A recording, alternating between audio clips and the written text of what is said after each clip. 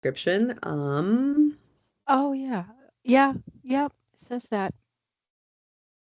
So, Uh, yeah, I see the red dot now okay, on the left, perfect. top left. Perfect. Okay, so we are recording and welcome to our January Collect and Connect or Connect and Collect. I can never really remember which order it goes in, our chat for the month. So this month we are talking about the school library survey. I am recording so that if any of you have to jump off or you're sort of in and out, you have this recording for later so that you don't miss information. And then also just for people who can't attend. I know it's really hard to schedule a time, East River versus West River, that works for everybody. So the reason that we're talking about the school library survey today in January and that we kind of changed our schedule up for our chat today is because the school library survey opened today, which most of you know who have been in school libraries for a long time and doing these library surveys for a long time. We're like 3 months ahead of schedule, I think, because we normally open in March and you have through the beginning of May. But Sean, so Sean is our data coordinator. And we got to talking in December when, as all of you know, the news came out about the potential cut to the South Dakota State Library and our positions. And we knew that we still needed to get the school library survey done this year, but in order to be able to collect all that data and do something with that data, we needed to have it done before really June, because even though we usually close at the end of May, we're kind of still collecting straggling surveys throughout that month. And then it takes a while to do some stuff with that data. And our last day, if the budget passes, would be June 8th. And so we really just don't have time to finish up that survey if we run March through May. And so we made the decision to run January through March this year, which potentially changes a few things for you about the survey, but really, I think the only thing it really changes, and Sean, maybe you can add to this, but I think the only thing that it changes is that you are estimating a little bit more than you did in the past. So in the past, when you were completing it, you were estimating some circulation numbers and budget numbers, but you only had a couple months left of the year to, sort of estimate that data. And now you almost have like a half of year left to estimate that data. But you know your library, you know your numbers, and it is just an estimate. So on some of those questions, you're going to take your best guess. Sean, do you have anything to add to that? No, I mean, it's really just the circulation statistics I think it's going to impact, right? Yeah, I think so. Because the rest of it, like you have probably a pretty good idea of even programming in your library, even if you haven't done something yet, but you're planning on doing it the second half of the year, you can include that in your programming stats and some other things like that. So some of it will be a little bit of a guessing game, but I have a feeling that most of you have a plan laid out for the rest of your year anyway, so those won't be too hard to come by. Uh, so before I go any farther, I am going to just pause there for a second and ask if anybody has any questions about the timing of the survey, or anything else that we've just sort of mentioned right now before we move forward.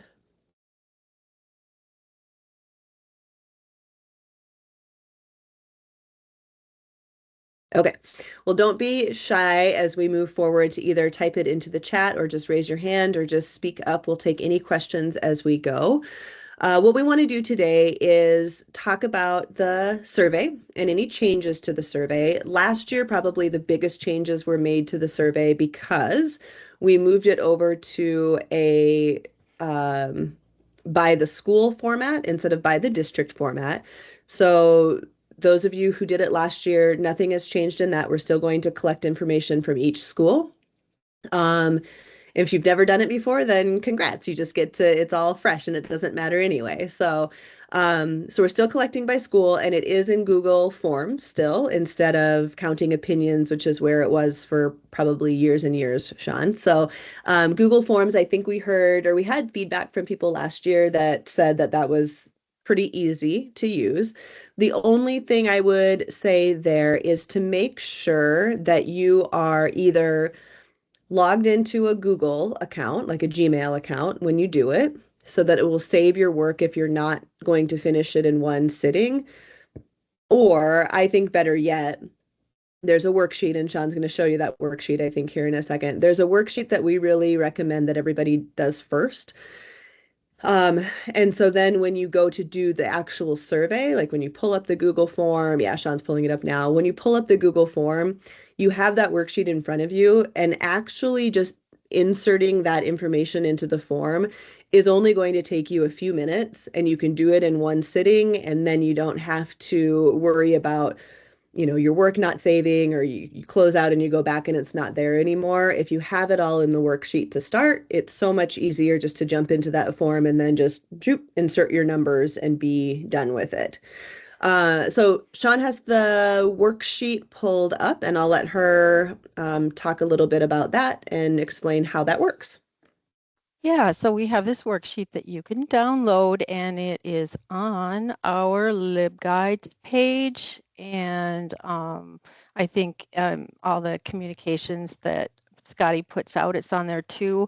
So the first page has just got instructions for the survey, and then at the bottom of the first page, it's got all the numerical data that you're going to have to collect. So super simple, you get that out of the way. There are a few data elements where you're going to want to take a couple of weeks and track them, and we note that on this form now here, like average number of class visits and average number of independent student visits. So you've got all your once you've got all your numbers together, why a lot of the rest of the worksheet and the actual school library survey are just yes, no questions. So a lot of this, most of the numerical stuff is at the beginning. And then there's a lot of boxes to tick yes, no, yes, no, yes, no. So pretty easy. And I'll mention in here that we got really smart after last year. Actually, about halfway through last year, but then we couldn't change it because we'd already started. But we were like, oh, we need numbers that go along with each question, because we would get questions, email questions or phone call questions, and people would have to say, well, it's the question about, and then we'd have to try to dig through and find it. So we actually added question numbers on the worksheet that correspond with the question numbers in the actual form itself too. So if you have a question, I don't know if you can scroll down again, Sean. Um, like if you have a question as you're going through, it's going to be a lot easier this time to say, Yeah. okay, on number, 7, where do I find my 2-digit ID number? You shouldn't have a question on that because we have that linked, but just as an example. So that should make it easier if you do have a question for us. And if you do have a question, you can email either one of us that question. If I don't know the answer, I'll send it on to Sean. Sean's never not going to know the answer, I don't think. So she doesn't need to send it on to me if she gets it. So either way, send your questions to either one of us and we'll get you answered as soon as we can. Um, so that's the worksheet. It should match up perfectly with the Google form itself. So like we said, if you do this first and all of your numbers are there, when you open that Google form, just make sure you give yourself, like 5 or 10 minutes. I think that should be all it would take, just to transfer this information from this worksheet over to that Google form, and then you'll just be done with it. Um, Anything else there about the worksheet or transferring that information, Sean? I don't think so. Okay. Any questions from anybody out there who did it last year or who didn't do it last year? Just wondering how it works.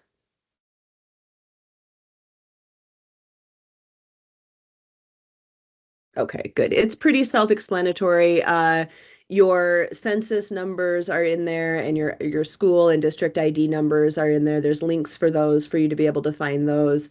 So you just click into that and then find your school, your district, your school, and then those numbers will pop up for you.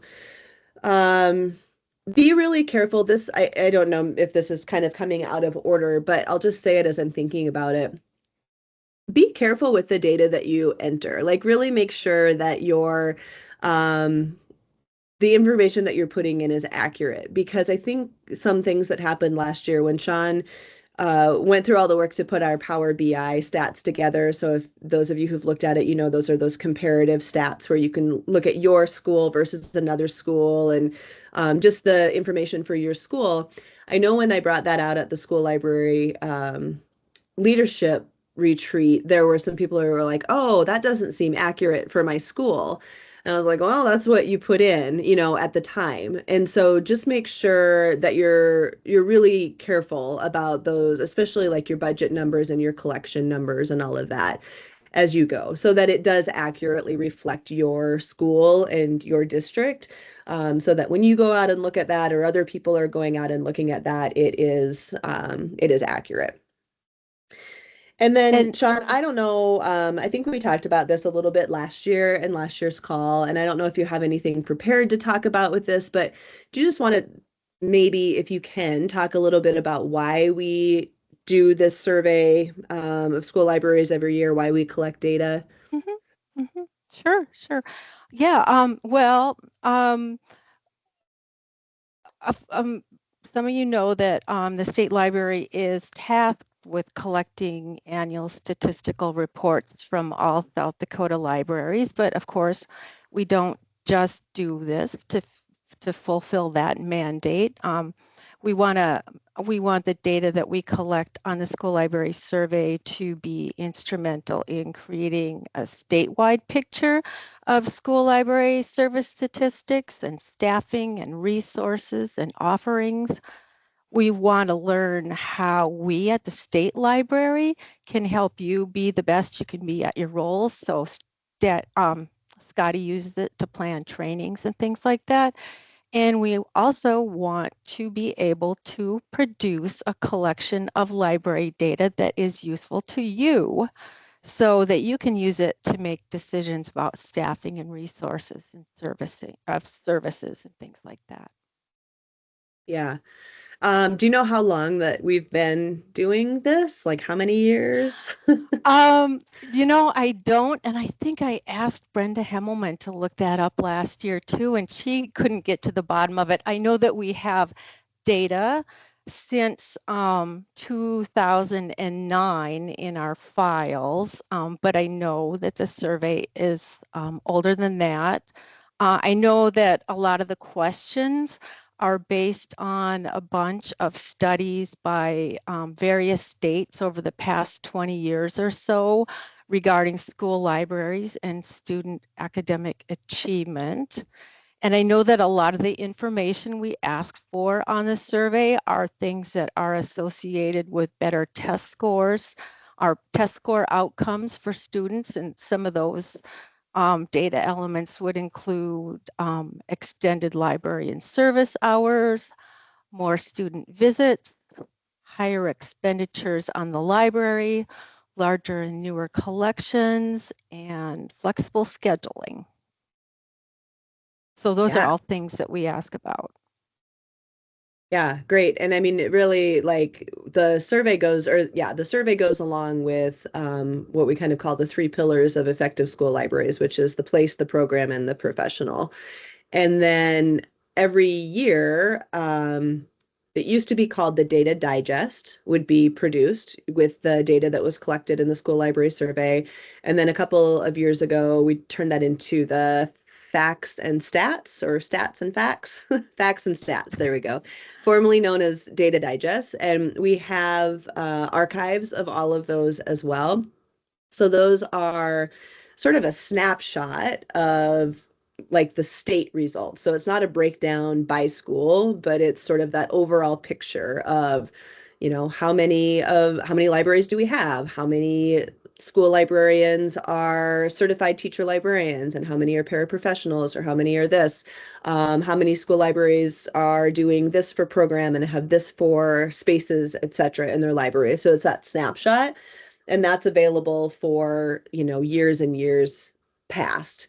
And then, as I mentioned, Sean last year put together that Power BI report that gives the breakdown of each school library that submitted a response to the survey, essentially. And so you can look at your school's stats, you can look at other schools' data, and then there's those comparative reports as well, where you can say, well, I want to see, the Huron High School Library as compared to the Vermilion High School Library or the Sturgis High School Library or something like that, and just see, what our circulation was compared to theirs, or see what our budget was compared to theirs.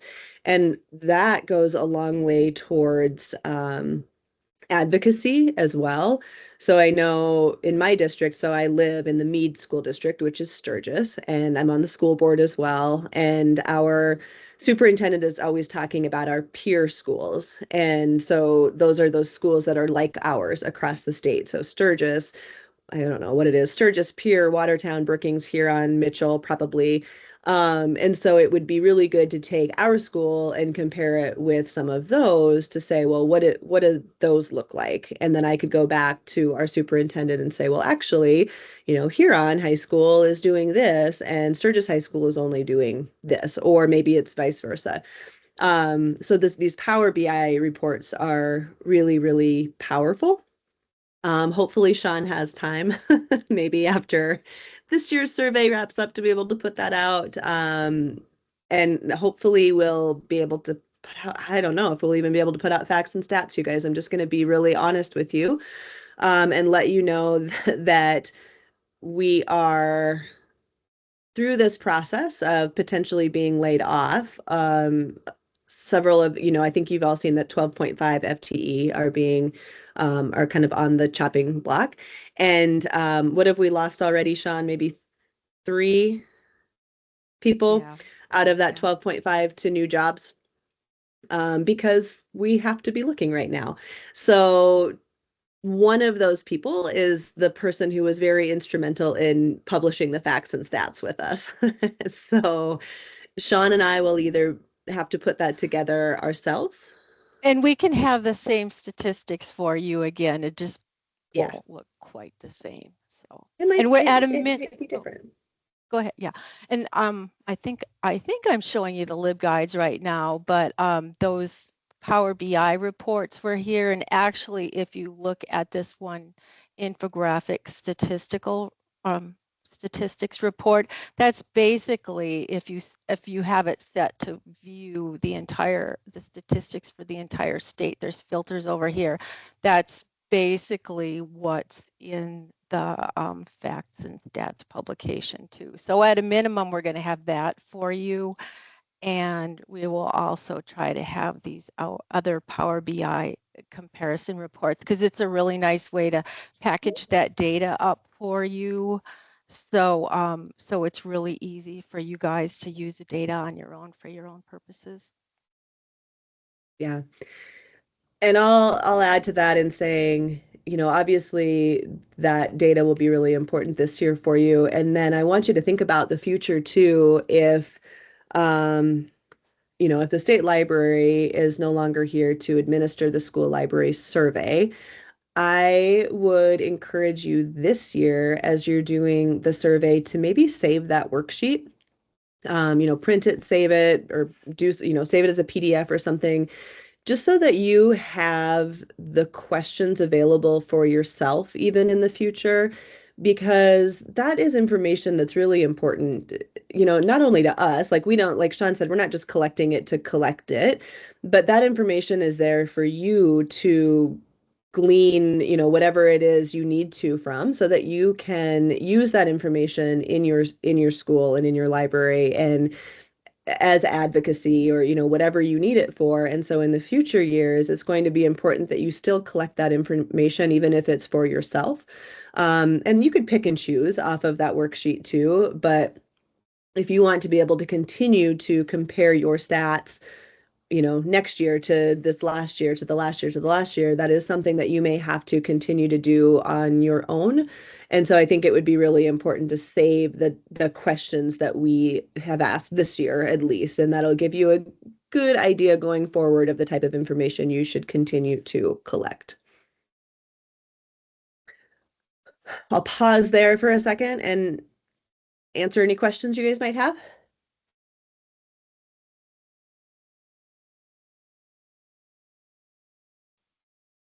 I missed the beginning, so I'm not sure if you already said, but I think that you have a 2.0 course that we can take for this, right? That's Yeah, still yep. I'm going that's to talk still a about plan. courses. Yeah, Okay. I'm going to talk about courses here in a minute. Okay. And then I had another question. Oh yeah.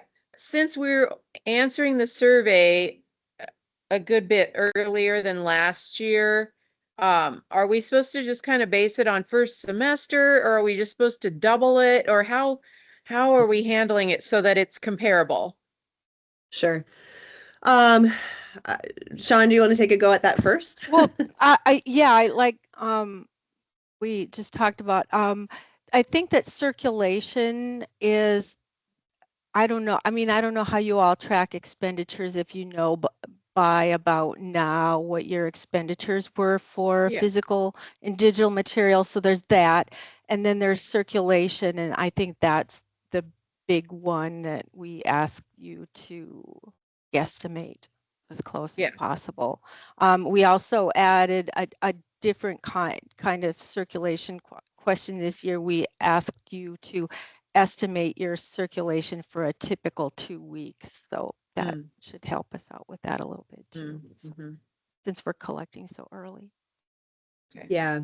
Yeah. So you could look at like that 2 week average that you take, or you could, like you said, you could look at your first half of the year and then double that. Or I think I mentioned in the very beginning too, like your library and sort of how things run. And so you might know, maybe for some reason you get a really big uptick in circulation in February because or March because you do like March Madness or something. And so you double what you had from the first half of the year, but then you add some because you know that that's always a little bit bigger. Mhm. Um, it's really your discretion to kind of estimate that this year. And we know that's going to be a little bit trickier just with it being earlier, but we just say do your best.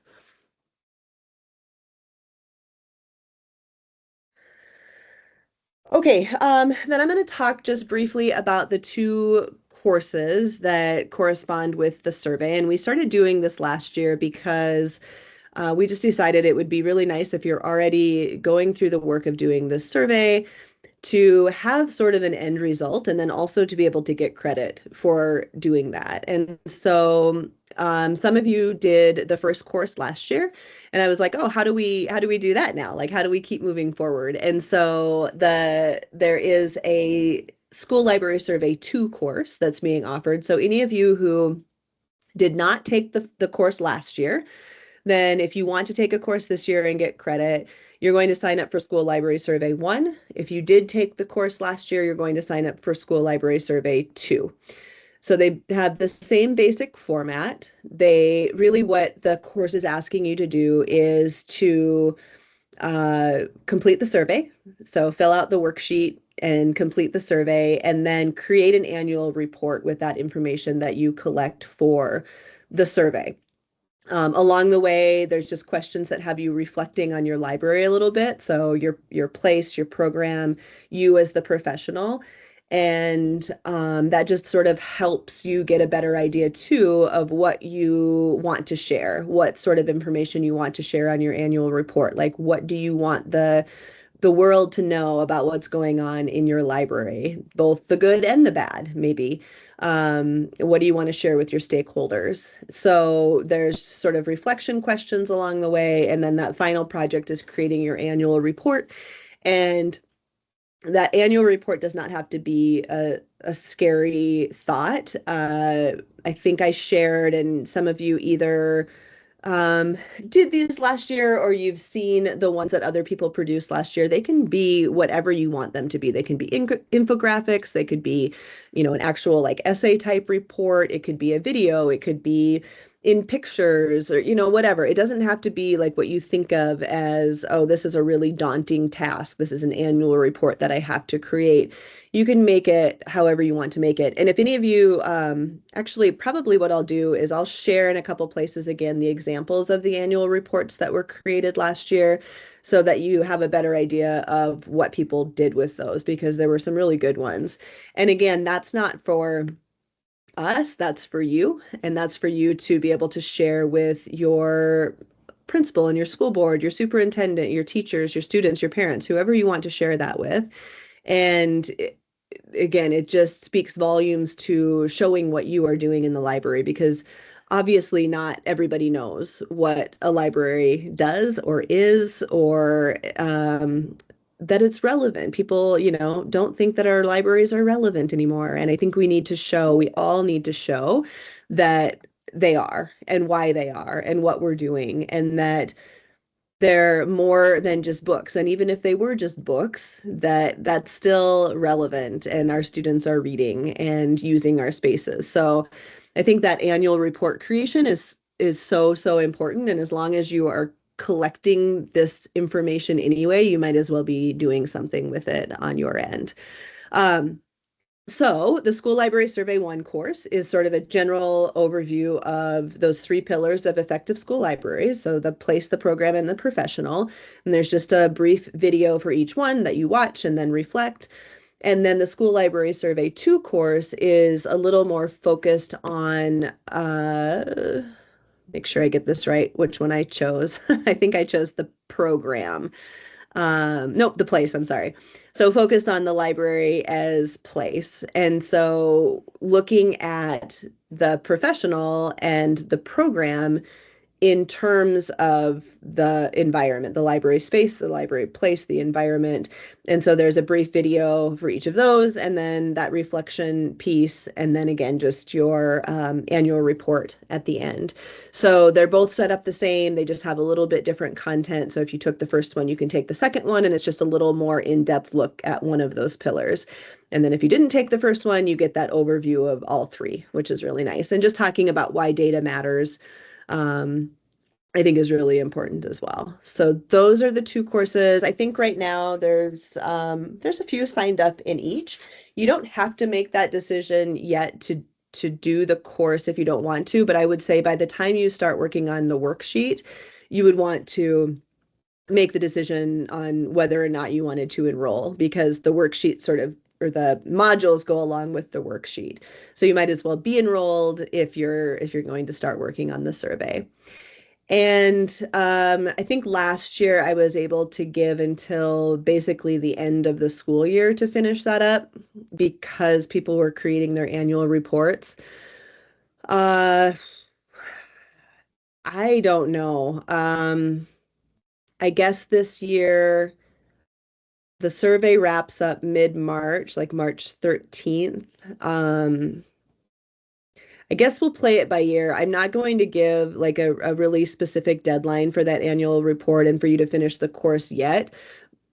And my plans right now are, even if the budget passes, or if the budget, sorry, even if the budget doesn't, no, wait, now I'm getting myself confused. If the budget passes, yes, my plan is still to work through our layoff date, which is June 8th. However, and I know I've mentioned this to several people that are in my courses right now, I can't absolutely guarantee that. So I guess if that were to happen, before June, I would have to let everybody know who was in a course and was needing to finish up the school library survey course so that you could finish that and get the credit that you've earned. Otherwise, I don't really care when that gets finished up, as long as I guess it would be by June 8th or by or whenever, if that makes sense. So that's where we'll sit as far as completing the course. It doesn't necessarily need to be done by mid-March, but I would say probably the sooner the better. Any questions about the courses?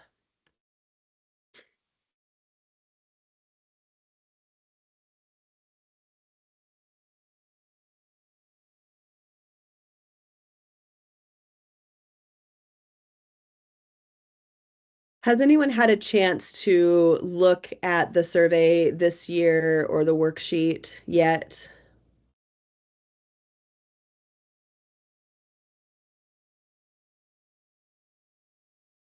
I've not looked at it.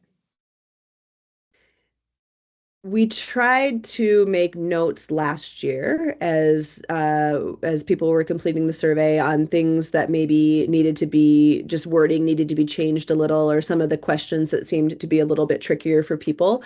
So hopefully we've eliminated those tricky questions, but maybe not. Who knows? So we were going to ask if anybody had any questions about the questions, but I know with it just opening today, I'm sure we haven't really had much of a chance to do that yet. So, I think in our minds, Sean, I think the trickier questions were the ones that were maybe about like budget.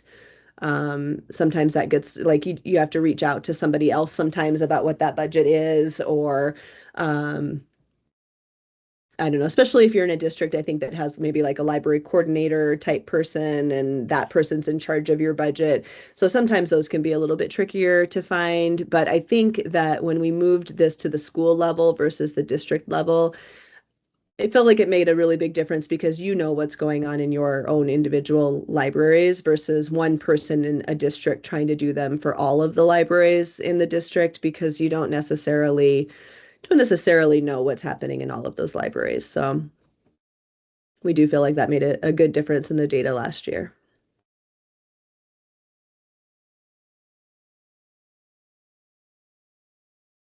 Let's see, I'm trying to think if I had anything else to add. Not really. I guess I'll just reiterate that I think if you're doing the survey anyway, which you are, the course is really beneficial to you to complete. I don't think it takes a lot of extra time to complete, and it's relevant information to what you're going to want to be producing anyway with the information that you are collecting.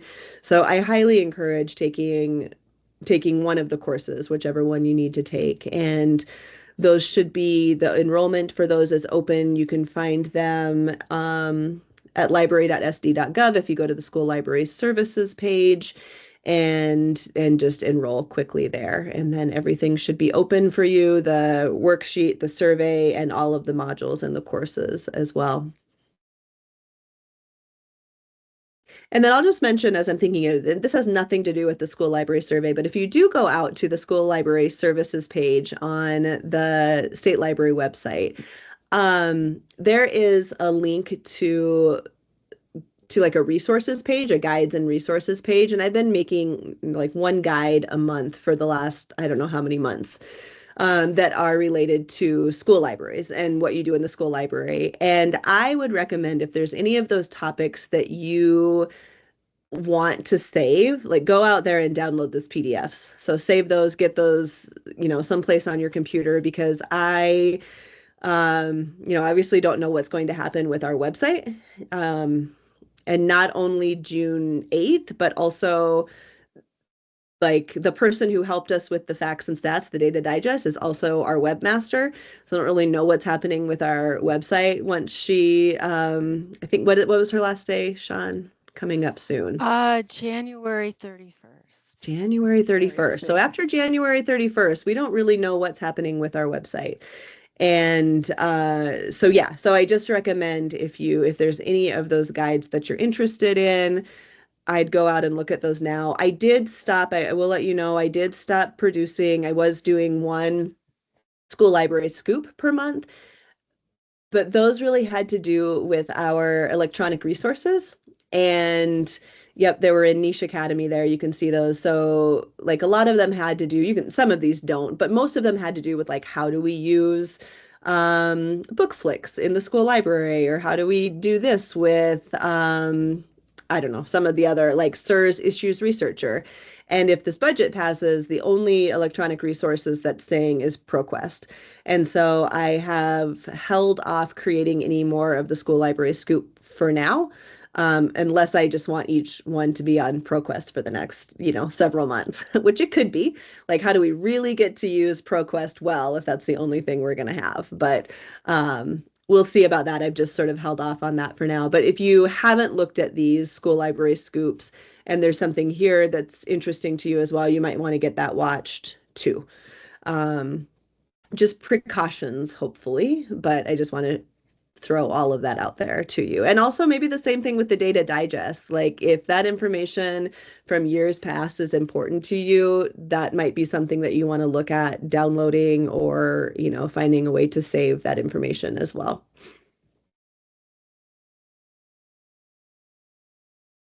And I'll take a second to thank Doris Ann was in the paper, I think last week.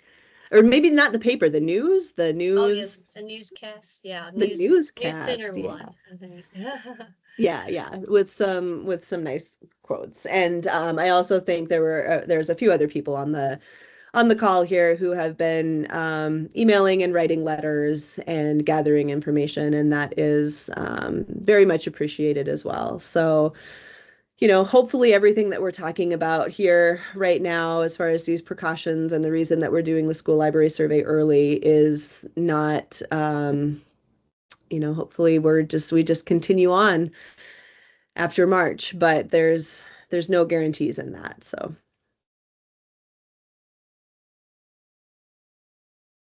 any questions, comments, concerns? Doesn't even have to be about the school library survey. Can I say two things, Scotty, about the Mhm. survey? So when you finish the survey, you should get a copy of it in your email and just do a quick double check of the numbers in there because, sometimes we get a typo with an extra zero or something that really changes the numbers. So if you find that, let us know because we can change the numbers now. It's no big deal.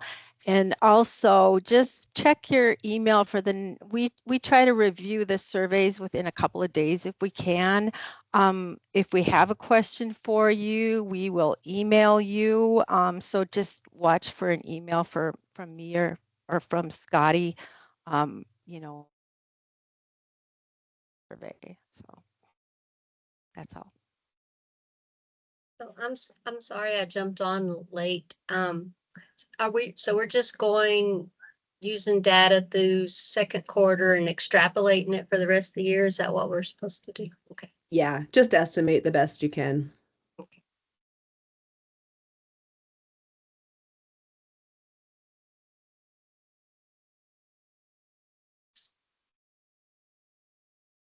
So what kind of what's the news on the street? What are you hearing? Let me hold on, Doris Ann. Does anybody have any more questions about the school library survey? Otherwise, I'm going to stop the recording.